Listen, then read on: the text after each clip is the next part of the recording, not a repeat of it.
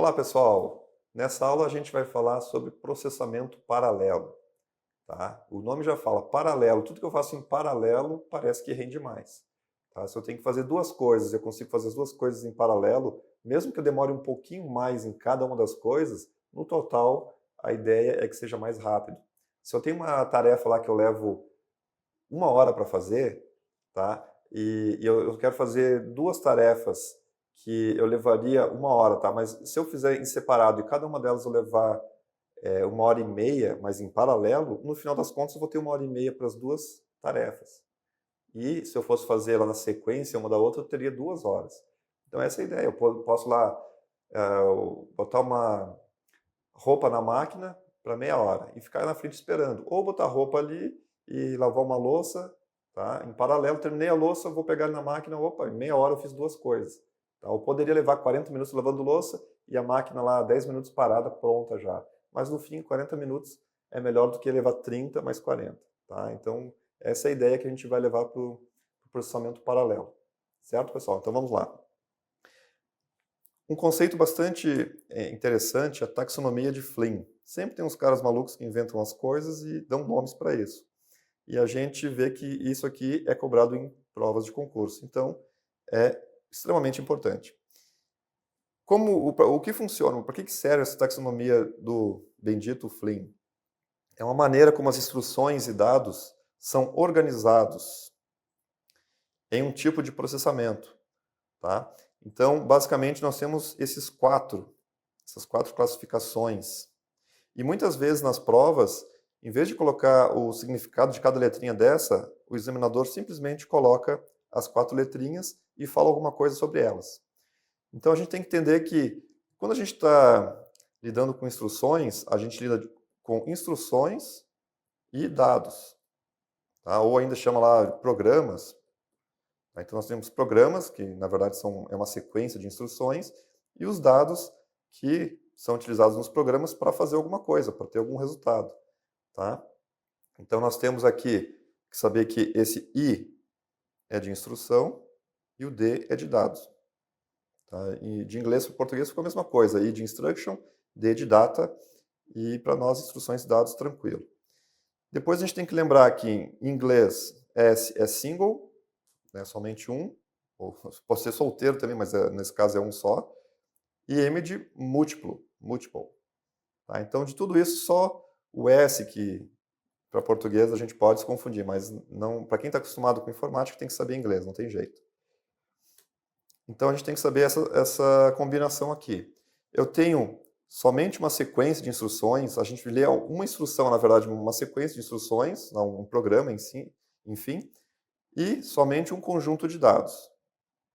Aí nós temos a classificação SISD, Single Instruction, Single Data. Então, só tenho uma sequência lá de instruções, um programinha aqui, e estou lidando somente com um conjunto de dados. Só isso.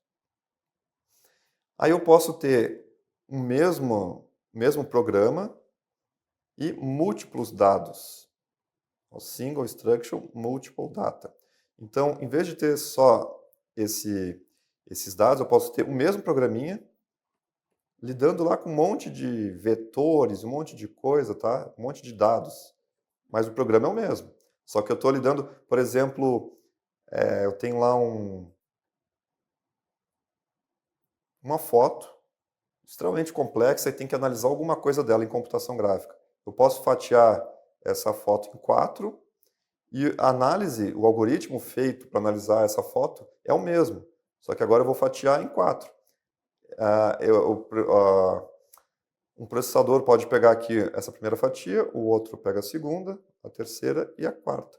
Mas o programa em si, as instruções, é único.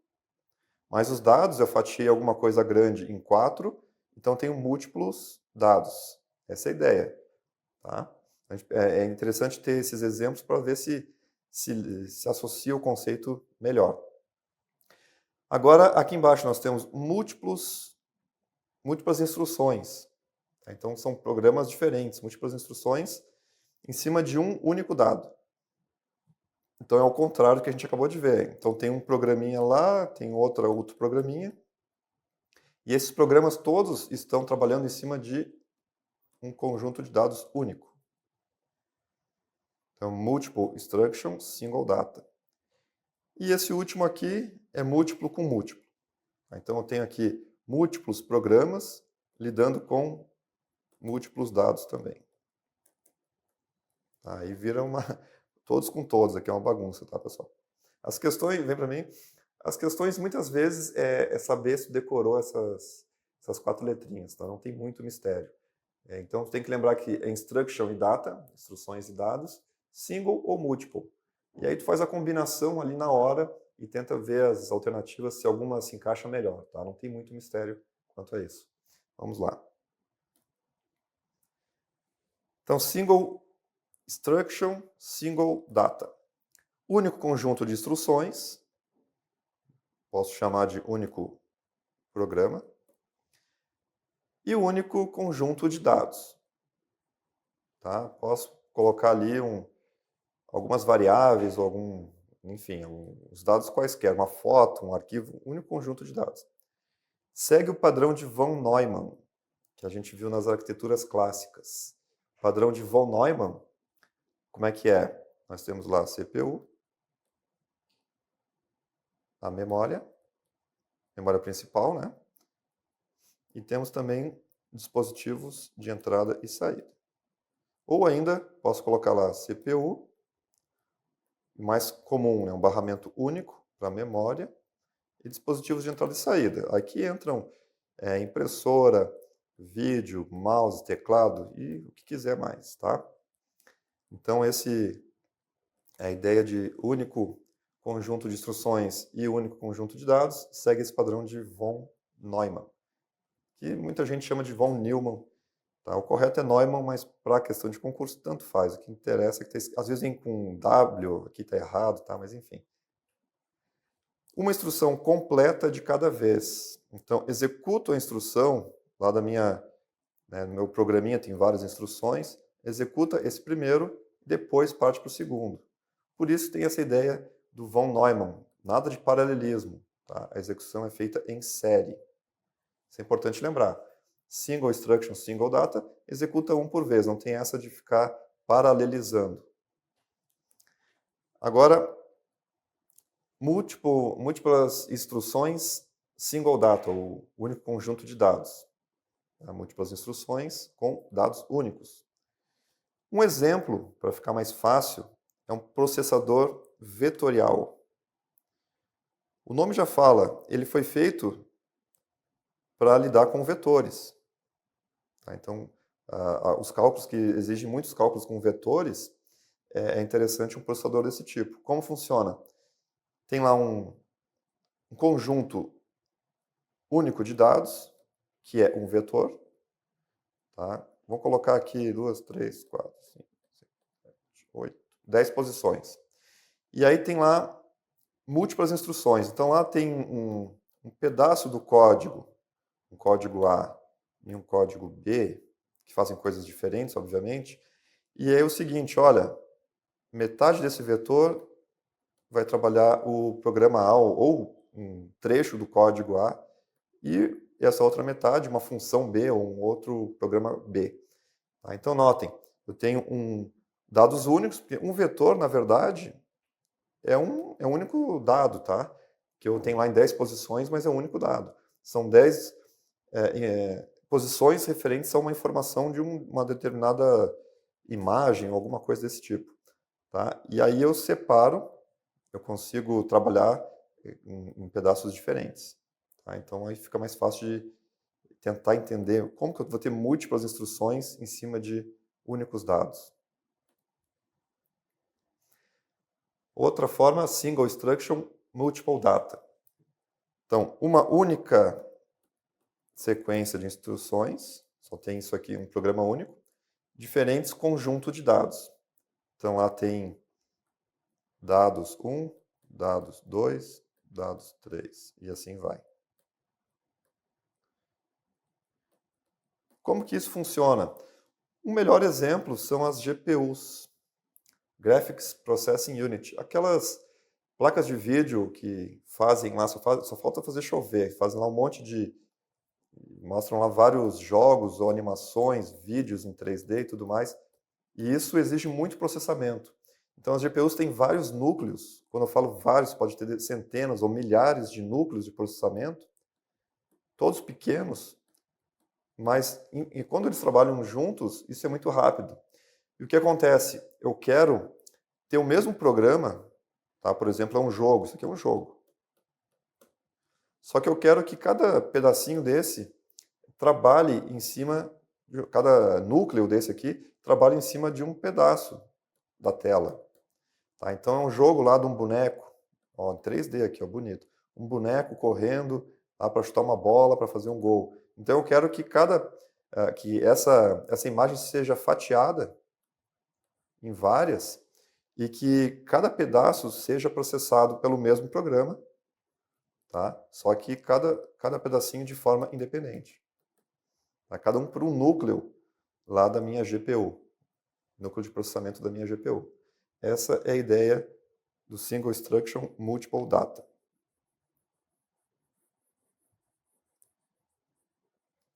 E tudo com tudo, ou seja, múltiplas instruções manipulando múltiplos dados, tá? É uma situação assim que é difícil dar um exemplo, tá? Mas só tem que lembrar que nós temos muitos pedaços de programas, ou muitos programas em si, manipulando múltiplos dados.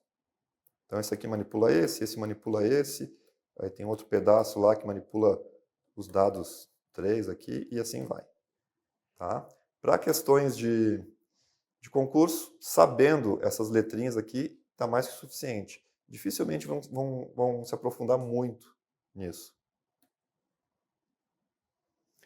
Agora nós temos processamento paralelo. Vamos começar com o processamento paralelo.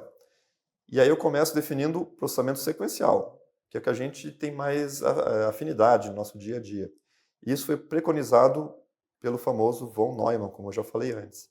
Então, se tem lá 3 tarefas a serem realizadas, então tu vai, uma desse tamanho, a outra é um pouquinho maior e a outra é pequena. Então, e esse aqui chegou primeiro. Então, tu vai ter o quê? Primeiro essa aqui, depois a outra maiorzinha e essa pequena. Tá? Sendo que eu poderia paralelizar isso e terminaria em menos tempo. Isso aqui eu levei 2 segundos, isso aqui 3, isso aqui 1, aqui no final eu cheguei em 6 segundos. Se eu conseguisse de alguma forma paralisar um pedaço disso, eu levaria com certeza menos que 6 segundos. Tá? Mas no sequencial é assim que funciona. Tá? Antes de existir a multitarefa, era assim que funcionava. Não podia lá ter vários programas executando ao mesmo tempo. Tinha que executar um, parava, executava outro. Lá quando a gente lidava, por exemplo, com o sistema operacional DOS, DOS, não confundir com negação de serviço, tá? DOS que veio antes do Windows. Então a gente poderia ter uma ideia nesse sentido, tá? Um sistema operacional que rodava dessa forma, mas aqui a gente está focado mais na máquina, tá? E não no software. E o processamento paralelo? Obviamente não é sequencial. Eu quero terminar essa quantidade de tarefas que eu tenho que fazer em menos tempo. Mesmo que eu demore um pouquinho mais em alguma tarefa que eu faria de forma sequencial, mas no total eu quero que todas elas eu termine antes do que se eu aplicasse um processamento sequencial. Então, execução de mais de uma instrução ao mesmo tempo. Tá? Vem para mim? Certo, pessoal? É aquela ideia de pensar em tarefas rotineiras nossas, assim, de lavar uma roupa, lavar uma louça. É difícil, né, assistir um filme e prestar atenção e lavar, né, mas tem algumas tarefas que tu consegue fazer em paralelo. Coloca alguma coisa a rodar, então o fato da máquina ficar lá trabalhando, tu não precisa ficar na frente dela parado. Tá? E no computador é a mesma coisa. Se tu manda lá uma instrução, lê alguma coisa do disco, tu não precisa ficar esperando voltar, porque o disco é lento. Assim como lavar roupa demora 30 minutos, 1 hora, se tu escolher lá, é lento, tu não vai ficar parado esperando. Então tu diz assim, ó, vai pro disco buscar uma instrução, ou buscar vai carregar um programa aí, enquanto isso eu faço outras coisas que são rápidas. E assim, é assim que funciona o computador na atualidade. Tu pode paralelizar muita coisa, e aí, claro, exige mais hardware para isso. Tu não vai pegar o mesmo processador lá de antigamente que só aceitava as instruções em sequência e executar alguma coisa em paralelo hoje. Tem que ter o hardware e o software que consigam trabalhar em paralelo. Tá? Então vamos lá. Aqui no paralelismo nós temos duas formas gerais. Tá? Nós temos no nível de instrução. Então eu tenho lá uma CPU só, isso aqui, prestar atenção porque em questões já vi. Então tu tem uma CPU. Mas de alguma forma tu quer executar lá 3 instruções mais ou menos ao mesmo tempo. Mais ou menos porque uma está aqui, a outra está por aqui e a outra está por aqui. Tá? No total aqui, ó, a gente consegue em menos tempo. Muito melhor do que se fosse na sequência, que daria mais ou menos por aqui. Tá? Então, no nível de instrução, a gente procura executar mais instruções por segundo, que é o que eu mostrei aqui no desenho. E essa técnica é chamada de pipelining, que a gente já pincelou em algumas aulas, sem dar detalhes. Tá? Pipelining é uma coisa que cai bastante em prova. Ou o próprio pipeline, tá? Mais fácil encontrar pipeline. Seria aqui o encanamento, né? Um caninho lá onde tu vai colocando as instruções. Já no nível de processador, aí sim a gente tem mais de uma CPU. Então, eu tenho uma CPU 1, uma CPU 2.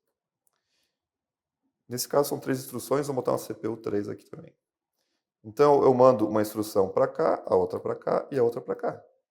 Tá? Claro que isso aqui é muito mais caro, muito mais complexo eu ter 3 CPUs do que uma CPU que consiga paralelizar aqui dentro. Tá? Isso aqui é mais complexo de implementar do que uma CPU simples, mas isso aqui, na minha direita, é muito mais caro. Tá? Então, tudo depende de quanto quer pagar ou de como são projetadas as coisas. Mas o que é importante é deixar bem claro que quando eu paralelizo as instruções, tendo somente uma CPU, eu falo de pipeline. Isso aqui é recorrente em questões. Agora, se eu paralelizar em mais de um processador, tá, nem preciso de pipeline. E ainda posso ter as duas coisas. Eu posso ter CPUs com pipeline, como aqui na esquerda, e ainda multiplicar isso em outras CPUs também. Posso juntar tudo o que tem de melhor nos dois. Claro que isso aqui tudo envolve mais dinheiro. Certo? Agora vamos para o pipeline. Qual é a função do pipeline? Buscar instruções na memória é um grande gargalo. Tá? Como assim? Eu tenho aqui a CPU, tá? E aí eu tenho que executar aquele monte de instrução que está lá na memória RAM. Memória principal, está aqui. Tem um monte de instrução lá, de um programinha. Na verdade, a memória principal é muito maior que isso, e eu tenho esse programinha nesse pedaço aqui. E aí eu tenho que buscar instrução a instrução, tá? Vou buscando para cá e vou executando. Esse caminho aqui, ó, ele é um gargalo. Ele demora muito mais do que buscar alguma coisa aqui. Claro, isso sem contar que eu posso estar com as instruções aqui em cache, na cache externa à CPU ou na cache interna à CPU, tá? Que é um assunto que a gente vê lá em memórias. Mas digamos que não esteja aqui, tá? Que não está na cache, não está aqui nem aqui. Vai buscar lá na memória. Isso aqui é lento. Enquanto busca, eu posso fazer uma outra coisa. Tá? Então, eu posso buscar a instrução 2, aliás, buscar uma segunda instrução enquanto estou executando a primeira. Enquanto eu executo a segunda, eu estou buscando a terceira ou a quarta, e assim vai. Eu faço as coisas em paralelo. É claro que isso eu tenho que mexer no hardware. Não, a mesma CPU que só trabalha de forma sequencial, eu não posso aplicar um pipeline. Eu tenho que implementar isso em hardware, que permita que eu fatie uma instrução em alguns pedaços e comece a fazer isso em paralelo. Então, essa instrução é dividida em partes e cada uma é manipulada por uma parte dedicada de hardware. Tá? Então, isso não tem mágica. Eu não vou fazer isso em software. Tá? Até posso fazer, mas aí é muito mais lento. O negócio é fazer isso em hardware, tá? Porque se eu for fazer isso em software, eu estou simulando alguma coisa. Tá? Em hardware, não. Isso aqui é muito mais rápido. Dentro lá da CPU, que é a parte mais rápida do computador. Tudo que vai se afastando da CPU, como a memória ou como o disco, que está mais longe ainda, vai ficando muito mais lento. E todas essas partes fatiadas, eu consigo executar em paralelo. Tá? Então, isso é pipeline, não tem mistério. Aí, aqui eu coloquei um pipeline de 5 estágios, que eu vejo nas questões que é bastante cobrado, mas eu poderia fazer em 3, em 4, em 6, em 50, tá? Em 5.000 eu acho demais. Mas, enfim, eu posso fazer em N estágios. Né? Depende do projetista lá, do engenheiro, ou dos engenheiros que projetaram o hardware. Claro que eles fazem um estudo. Tá? Se eu fizer muitos estágios, não vai ficar muito complexo de coordenar isso. Se eu fizer muito pouco, não vai chegar um ponto que a máquina vai ficar parada esperando que eu busque alguma coisa da memória, tá? Para voltar para a CPU, enfim. Esse tipo de coisa, quem tem que resolver são os engenheiros, projetistas de hardware, e eles ganham bem para isso. Tá? Aqui nós temos um exemplo de 5 estágios, sendo o primeiro, esse aqui é de stage, tá? A gente encontra nos livros, tá? Mas é estágio 1. Primeiro, eu tenho que buscar a instrução na memória. E isso que é a parte lenta, porque se eu estou na memória principal, ou até mesmo em cache, tá? Que é bem mais rápido, mas igual eu tenho que buscar.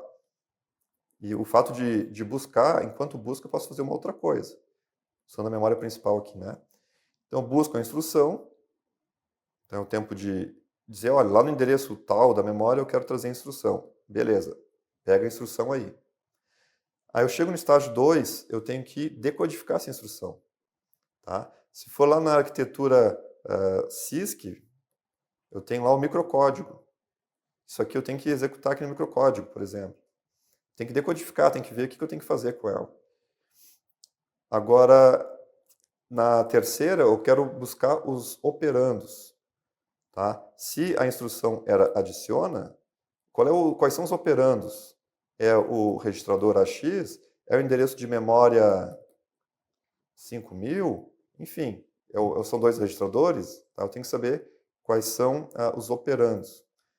Aqui no 4 é a execução da instrução, já que eu tenho a instrução buscada e tenho os operandos já na mão. E depois eu tenho que gravar isso. Eu adicionei 5 mais 5, vou gravar esse 10 onde? Lá no registrador, na memória, enfim. Eu tenho uma unidade para gravar esse resultado. Vem para mim? Certo, pessoal? Então, assim, ó, não tem como, não diria decorar esses 5 estágios, tá? Tem questões que falam desses 5 estágios, mas eu tenho que ter uma noção dessa ordem. Eu tenho que buscar alguma coisa, tenho que buscar a instrução. Só que eu busco a instrução e não sei o que fazer com ela, eu tenho que decodificar essa instrução. Aí tem aquela questão do microcódigo, já que a gente fala muito em processadores da Intel, AMD, esses processadores que a gente usa no dia a dia, nos computadores pessoais. Então, decodifico isso. Tem que buscar os operandos, não adianta eu só decodificar, vou fazer o que com a adição, a multiplicação? Tem que ter os operandos. Tá? E depois nós temos lá a execução da instrução. Então, eu tenho lá a adição, os operandos, já decodifiquei, já busquei os operandos, executo, e executo, faço o que com o resultado? Tem que jogar em algum lugar, na memória, no registrador, enfim. Tá? Então, tendo essa noção, e tem questões que invertem algumas. Como é que eu vou executar uma instrução sem ter buscado antes? Então, essa lógica tem que estar na cabeça. Decorar é difícil dizer decorem, mas assim, tenho essa lógica de busca a instrução, decodifica, busca lá o operando, executa o que tem que executar e grava.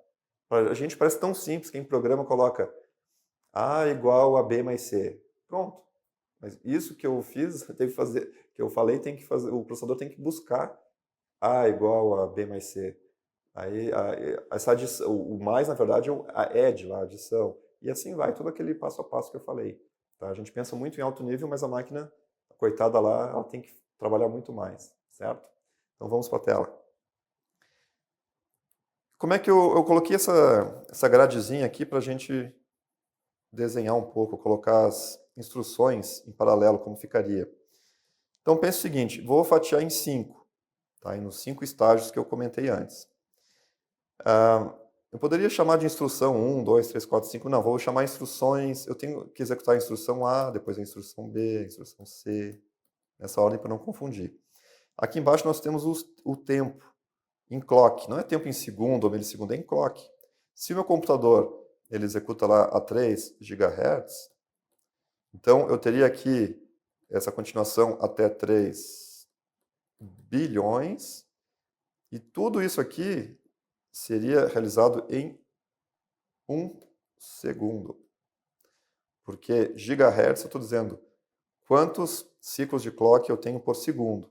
Tá? Então na tela eu vou botar só 7, porque eu estou com preguiça de escrever até 3 bilhões. Acho que eu nem ia terminar nessa aula. Bom, vou fatiar, tá? Então eu vou executar a instrução A. Então no primeiro, eu só posso fazer alguma coisa em cada ciclo de clock. Então a instrução A entrou aqui, no primeiro estágio. Segundo ciclo de clock, o primeiro estágio está pronto, então eu vou para o segundo estágio. Terceiro ciclo de clock, vou para o próximo, vou para o próximo, vou para o próximo. E aí termino, saio da meu pipeline. Só que esse tempo aqui não vai ficar ocioso. Já que eu estou trabalhando com pipeline, né, com paralelismo, a instrução B entrou aqui. E vou na mesma lógica. B, B, B, B e saiu. Tá? Todas as instruções vão levar esses 5 ciclos aqui, 5 clocks, para executar toda a instrução, porque eu fatiei em 5. Aí o C, vou fazer a mesma coisa. O D também. Tá? Então, notem o seguinte. Em 7 ciclos de clock, eu já executei por completo, terminando aqui, eu executei por completo já executei por completo A, B e C por completo. Tá? Claro, e ainda já comecei a executar o E, não terminou ainda, porque faltou espaço aqui, a F já começou aqui e a G também. Tá? Em 7 segundos, eu consegui executar 3 por completo. Se eu fosse pegar a mesma instrução e fosse, digamos que levar os 5 ciclos para cada instrução, ou digamos não, sem fatiar eu levaria menos, eu levaria 4 ciclos. Ou ainda menos, eu levaria 3. Se eu não fatiasse, eu levaria 3 cada uma. Então eu levaria, para as 3 instruções, eu levaria 9. E nesse caso eu levei 7. Tá? Claro que na verdade, de repente, nem seria 3, seria 4. Tá? Aí a gente nem vai entrar nesse cálculo, porque ninguém aqui vai projetar um processador. Tá? Mas só para mostrar que fatiando, mesmo que eu leve um pouquinho mais em cada fatia em relação a se eu não fatiasse, no total eu consigo uma execução mais rápida. Tá? Vem para mim? Pessoal, então essa é a ideia do pipeline. Tá? Isso aqui não é feito por software, é feito na CPU, no processador. Então, esse processador que tem pipeline, com certeza ele é mais caro do que um processador que não tem pipeline. Porque os caras tiveram que estudar, tiveram que projetar isso e tiveram que colocar componentes ali dentro. Isso é mais caro. Então, se o processador sem pipeline ele custa lá R$500 chutando, o mesmo com pipeline 550, 600, tá? Não interessa o valor, mas enfim, tem que ter, pensem sempre nisso, que tem que ter componentes a mais ali dentro para fazer esse fatiamento e essa paralelização das instruções. Vamos lá então. Aí veio um outro termo aqui para a gente ter que saber para os concursos, claro. Arquiteturas superescalares. Esse nome bonito, ou nem tanto, na verdade, é um pipeline reforçado. A gente tem mais de um pipeline na mesma CPU. Em vez de ter só uma, como a gente acabou de ver, agora a gente tem mais de uma. Aqui eu trouxe um exemplo, tá? Tendo 2 pipelines na mesma CPU. Só que notem, nem todos os estágios estão duplicados. Esse primeiro estágio, que é a unidade de busca da instrução, só tem um. Por quê? Porque eu quis poupar grana. Tá? Eu poderia ter aqui um duplo também? Poderia. Mas não, os projetistas acharam melhor não paralisar esse primeiro. Tá? Porque e decidiram fazer o seguinte, na busca de instrução aqui, é feita uma busca aos pares. Se eu tenho lá 1, 2, 3, 4, 5, 6 instruções a serem buscadas, ele busca as 2 primeiras de uma vez só. E coloca aqui. E depois sim, bota a primeira para cima e a segunda para baixo. Tá? E aí tem algumas questões, elas podem ser incompatíveis. Uma depende da outra, por exemplo. Eu não poderia colocar as duas em paralelo porque elas precisam ficar na sequência. Tá? Sei lá, eu adiciono alguma coisa, depois subtraio alguma coisa em relação a de cima, enfim, tem alguma coisa muito relacionada entre elas. Então, se é identificado que tem uma dependência entre elas, que elas não podem ser executadas em paralelo, então nessa busca aqui de duas, uma delas é executada e a 2 fica quieta aqui esperando. Na próxima busca, vai juntar a 2 com a 3. Vai ter incompatibilidade? Não. Então agora sim, a gente vai rodar a 2 com a 3. Tá? Então nem sempre vai ter a execução dos dois em paralelo. Tá? Então o pipeline já é em paralelo. E aí eu tenho nesse caso, dois pipelines na mesma CPU. Nesse caso são dois aqui. Tá? Mas nem sempre vão ser os dois. É claro que se algum projetista definiu assim, alguns projetistas definiram assim, com certeza a quantidade de problemas ocasionados aqui na busca que torne impossível esse paralelismo é muito baixo. Tá? Porque se fosse alto, bom, mesmo sendo mais barato não vale a pena, porque na maioria das vezes vai executar só um deles, porque eles são incompatíveis as instruções. Com certeza fazem vários testes. Vem para mim. Aí você vai ver alguns livros que falam, a gente fez vários testes com programas comerciais, com programas, com jogos, com programas não sei do que, e a taxa de sucesso na paralelização nessa situação de superescalar chegou a 98%, 99%, 97%. E se for muito baixo, eles falam, bom, esse projeto aqui não serviu para nada. Vamos botar fora e vamos fazer diferente. Tá? Então tem estudos, não é simplesmente vamos fazer um processador hoje. Tá, pessoal? Mas é importante entender esse conceito aqui. Certo? Vamos lá então. Aqui tem uma outra configuração, uma CPU superescalar com 5 unidades funcionais, mas somente de um dos estágios. Só o estágio 4. Tá? Então aqui nós temos a unidade de busca e instrução, uma só. A unidade de decodificação da instrução, uma só.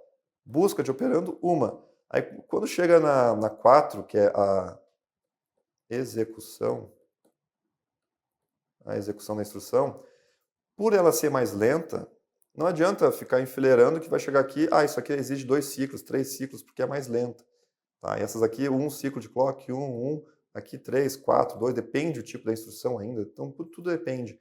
Então nesse caso, tem uma paralelização. Tem 2 unidades lógicas de aritmética, uma que só faz lá o load da memória, outra só o store, e a outra trabalha com pontos flutuantes. Tá? Então aqui faz cálculos de inteiros, por exemplo, coisas assim que não exigem tanto, e aqui de pontos flutuantes, aqueles números absurdos lá, sei lá, 0.0, vários zeros, 1. Tá? Então, pense dessa forma.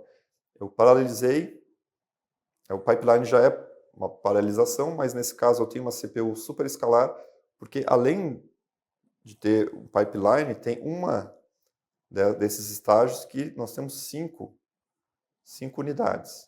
Tá? Dependendo, claro, se aqui eu vou usar uma ULA, aqui eu preciso de uma ULA, e essas 2 ULAs estão ocupadas, eu preciso de uma terceira ULA, nesse caso não tem que fazer, tem que esperar. Mas, conforme eu falei, vem para mim, conforme os projetistas estudam, analisam, projetam e depois testam, eles vão vendo, opa, a gente errou, 2 ULAs é muito pouco. E load store tá legal, 1, e ponto flutuante 1 tá legal, então falta mais uma. Tá? Ou tem... Isso aqui é um tipo de processador muito bom para alguns cálculos de muito ponto flutuante, então é melhor tirar uma ULA e colocar uma unidade de ponto flutuante. Enfim, é esse tipo de coisa os projetistas que se virem. Tá? Então, voltando. Então, na prova a gente tem que cuidar. A gente pode encontrar uma configuração desse tipo aqui, uma desse tipo, ou uma outra que combine esses desenhos. Tá? Alguns possíveis problemas. Tá? E tem questão que coloca hazards, que a gente pode chamar os problemas de hazards. Alguns possíveis problemas. Pense o seguinte, um programa tem uma sequência de instruções, de milhões, bilhões, trilhões de instruções, lá de baixo nível mesmo. E o ideal é que os pipelines eles se mantenham ocupados, o mais ocupados possível, né, 90% ou mais. Quanto mais ocupado, na verdade, perto dos 100%, melhor, para a gente ter mais desempenho. Tá? Só que nisso eu posso verificar que essa instrução que já está andando, e aí chegou essa outra aqui, uma depende da outra. Tá? Uma depende da outra, porque aqui na sequência tem algumas dependências entre si, em uma situação qualquer.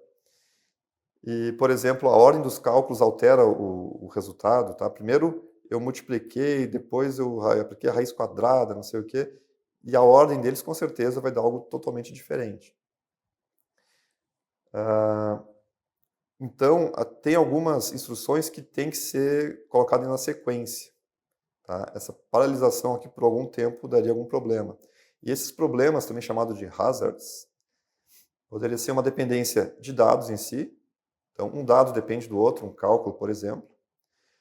Poderia ser uma estrutura de desvio ou um hazard de controle.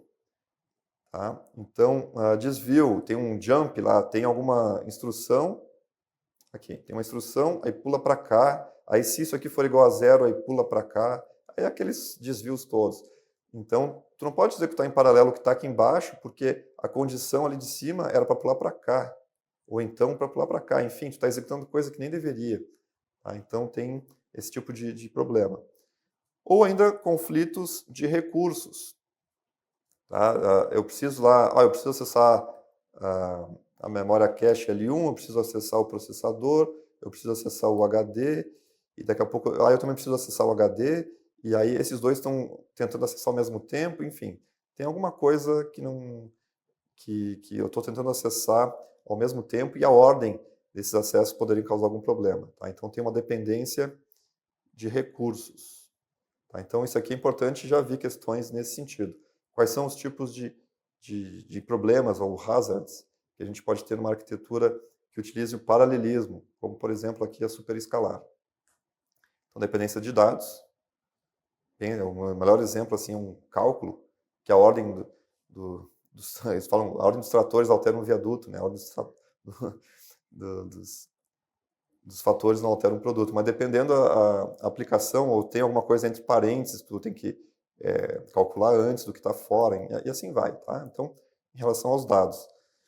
Aqui nós temos os desvios, pensem naqueles if e aplica alguma coisa, ou o próprio jump mesmo. Tu pula de um lado para o outro, o go-to, que não é uma técnica muito boa de programação. E, por fim, os recursos. Tá? Então, vamos lá. Aqui nós temos, eu vi pouca cobrança nisso aqui, mas já começou a aparecer. Very long instruction word, palavra. Tá? Então imaginem, a gente sempre fala em palavra, tu tem lá uma palavra na memória, tu tem que buscar. Essa palavra é de quanto? A palavra é de 4 bytes, é de não sei quantos bytes, tá? Não interessa quantas instruções tu vai trazer, mas tem uma palavra, tu vai buscando por palavra. Agora, no momento que eu forço a situação de ter instruções com palavras muito longas, tá? Então, às vezes a questão pode trazer só esse termo aqui, very long instruction word, tá? Mas pensem que é uma palavra muito longa. Não confundir palavra com mundo, não é word, tá? É palavra mesmo, palavra de memória. Então, é uma palavra de instrução muito grande. Essas arquiteturas que utilizam VLIW, ou Very Long Instruction Word, são palavras muito maiores que a RISC e que a CISC. A RISC são aquelas fixas pequenas. A CISC é variável, e aí depende, pode ser de 2 a 40 bytes, dependendo da instrução. E a very long é muito, muito grande, muito maior do que essas 40 aqui que eu teria no máximo da CISC. Pode acomodar mais de uma instrução de máquinas reais. Então, qual é a sacada aqui? Tu teria que executar tem algumas máquinas, a máquina real, lá embaixo está o hardware. Então, tem algumas instruções lá, a instrução 11001100. Isso aqui é para adicionar. Aí tem uma outra instrução lá que eu vou chutar qualquer coisa aqui. Isso aqui é para subtrair. E aí eu consigo juntar, de alguma forma, a adição e a subtração numa instrução só. Então tem uma super instrução aqui, e na hora que isso for levado lá para baixo, isso vai ser equivalente a mais de uma instrução. Tá? Claro que isso aqui vai dar um trabalho grande lá para os compiladores, tá? Mas a ideia é essa, é tu fazer com que eu simule, né, que eu forme uma instrução muito grande que, na verdade, vai executar 2, 3, 4, 5 coisas lá embaixo. Só que, como eu carrego tudo isso de uma vez só, automaticamente as coisas vão ser paralelizadas. Tá? É essa a ideia.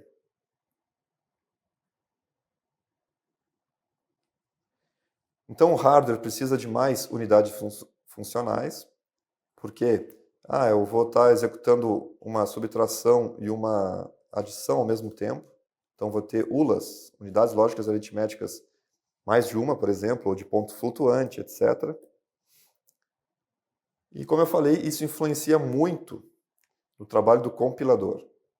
O compilador vai ter que ver que essa forma aqui de representar uma palavra muito grande, na verdade, na hora de traduzir lá para baixo, aqui seria equivalente a uma adição, aqui uma subtração, aqui junto com uma outra adição, então fica uma bagunça, mas o compilador que se vire a transformar isso lá em linguagem de máquina.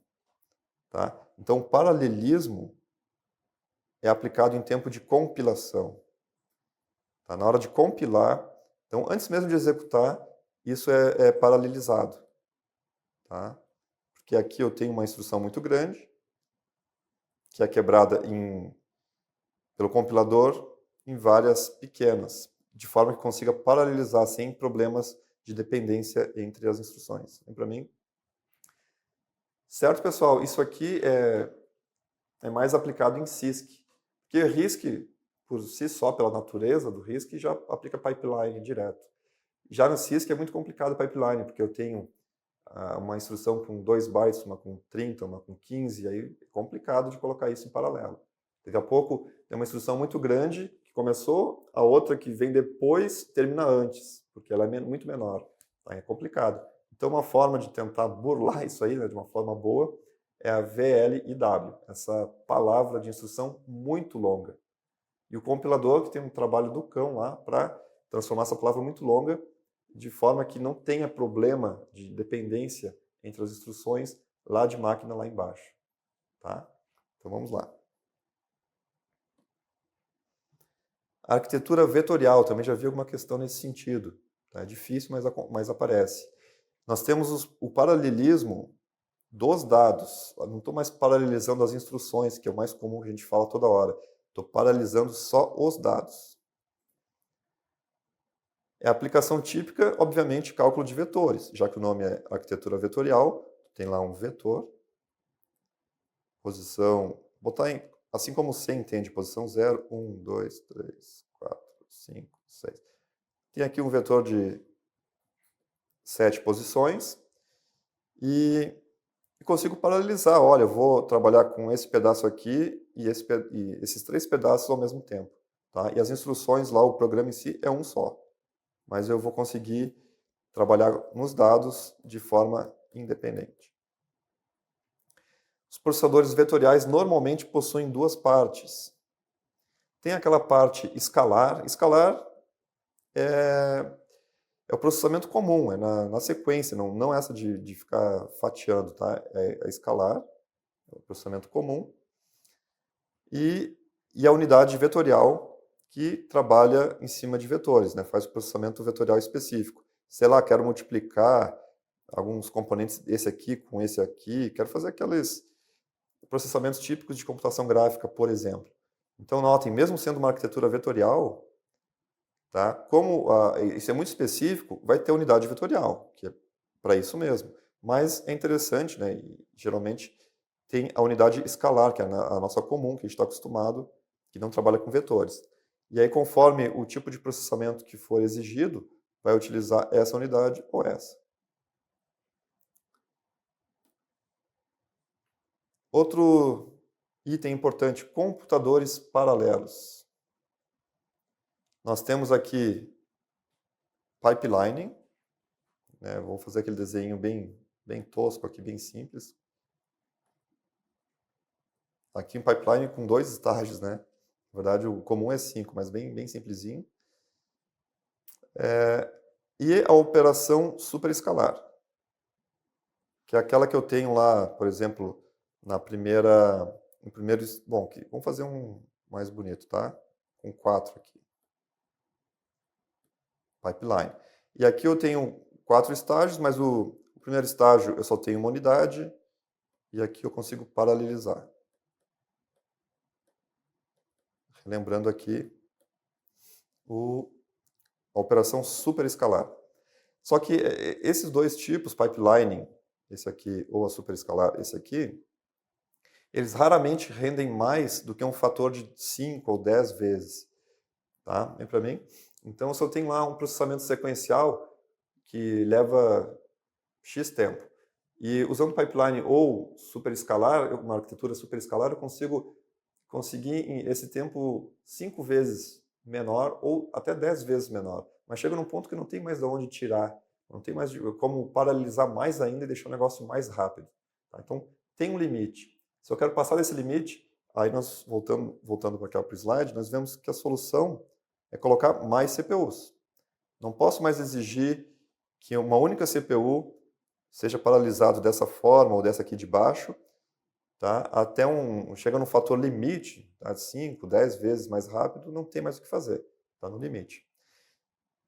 Tem que colocar mais processadores.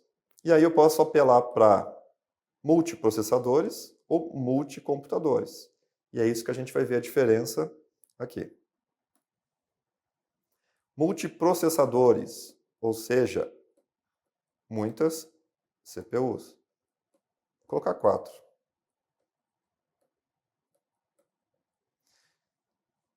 Multiprocessador de barramento único. Então eu tenho mais de uma CPU. A gente chama que são CPUs fortemente acopladas. Porque essas CPUs estão no mesmo equipamento. Ou ainda, pode estar no mesmo chip. Eu posso ter 4 núcleos de CPU num único chip. Por isso que é fortemente acoplada. Isso aqui cai em concurso, tá? Aliás, tudo cai em concurso, mas esses termos aqui, fortemente acoplado, fracamente acoplados, a gente às vezes esquece o que significa, mas fortemente porque estão muito próximos um do outro. Então, no mesmo computador, até mesmo no mesmo chip, tá? Então, nesse caso, estou num chip e aqui por fora tem a placa-mãe e tudo mais. Então, estão muito próximos um do outro. E a memória principal é a compartilhada. Então, aqui, digamos, eu tenho um chip único com 4 núcleos de processamento e tem uma memória principal, memória RAM aqui de 8 GB, digamos. Tá? E aí tem um barramento aqui, tem a placa-mãe com barramento e tudo mais, e eu chego até a memória compartilhada. Então, se essa CPU aqui quer acessar, pode acessar um pedaço aqui da memória, enquanto essa outra acessa aqui, essa outra acessa aqui, e tem um certo controle, obviamente, para não ter conflito de as duas CPUs escreverem no mesmo local de memória ao mesmo tempo. Tá? Então isso é importante, a memória principal é compartilhada nos multiprocessadores. E ainda pode haver uma pequena memória local. Tá? Então, desenhando de uma forma mais acadêmica aqui, então nós temos a CPU,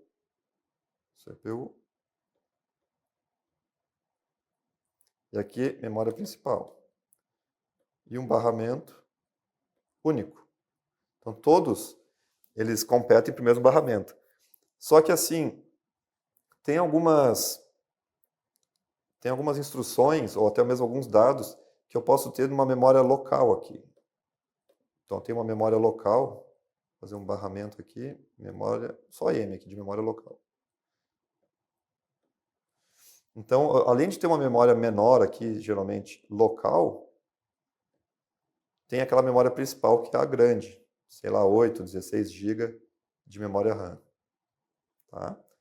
Então eu posso ter com essa memóriazinha local aqui para facilitar, para não ter congestionamento aqui na nossa via, tá? Para não pegar aquele feriadão onde todo mundo quer trafegar ao mesmo tempo e o negócio fica lento. Tem algumas coisas que podem ser carregadas na memória local, tá? E são calculadas aqui na memória local, que não afetam o todo. Agora, tem informações que têm que ser colocadas aqui, porque isso que essa CPU 1 colocou lá vai ser útil para que todas as outras acessem também. Tá? Então, tudo depende da situação.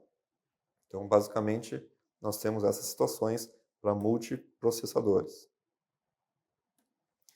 Agora, multicomputador. O nome já fala, eu vou desenhar aqui uma torre, tá? um gabinete de computador aqui. 3, 4, porque sempre é múltiplo de 2, né? Então, eu coloco aqui 4 computadores e aqui dentro eu tenho lá minha CPU, aqui minha CPU e a minha CPU, tá? Aí a gente já fala que as CPUs são fracamente acopladas, porque elas estão distantes uma da outra.